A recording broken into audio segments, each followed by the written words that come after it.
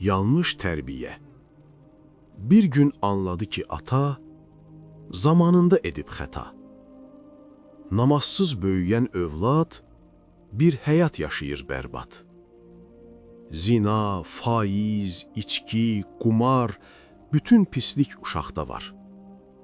Həm narkoman, həm avara, hamını gətirib zara.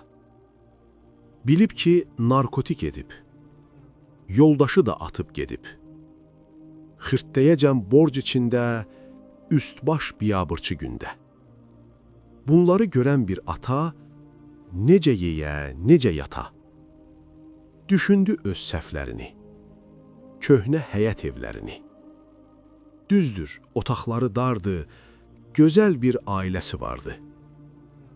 Öz əlinin zəhməti ilə, namusu ilə, qeyrəti ilə ləyaqətli yaşayırdı, təmiz bir ad daşıyırdı. Ancaq pis bir işi vardı, ibadətə səhlənkardı. Dininə diqqət etmədi, uşağına öyrətmədi. Gördü ki, səhər namazdı. Dedi, dəymə, yaşı azdı. Uşaqdı, sıxılar dedi, böyüyəndə qılar dedi. Dedi, oruc ola bilməz. Uşaqdı, ac qala bilməz. Aparmadı ki, məscidə. Uşaq gərək dərsə gedə. Beləliklə, bu tərbiyə oldu sonunda faciə. Evdə dava düşdü gündə. Bir gün gözün önündə baş verdi elə hadisə, yarandı bir mübahisə. Dalaşdılar bir-biri ilə, narkotikin təsiri ilə heç nəyə vermədən məhəl atasına qaldırdı əl. Ata diz üstə çökərək, acı göz yaşı tökərək, dərk elədi ki, indi ona lazım olan dindir. Dinsiz böyütdüyü övlad kəsildi özünə cəllad.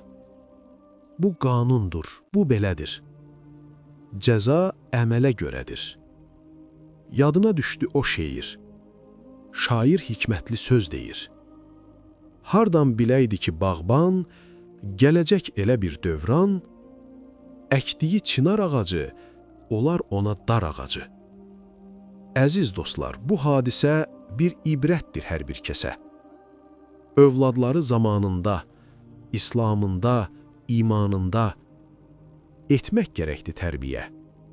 Bu işlər olmasın deyə. Namaz, oruc, tövhid, sünnət, gözəl əxlaq, təqva, iffət insanlığın əsasıdır, cəmiyyətin xilasıdır.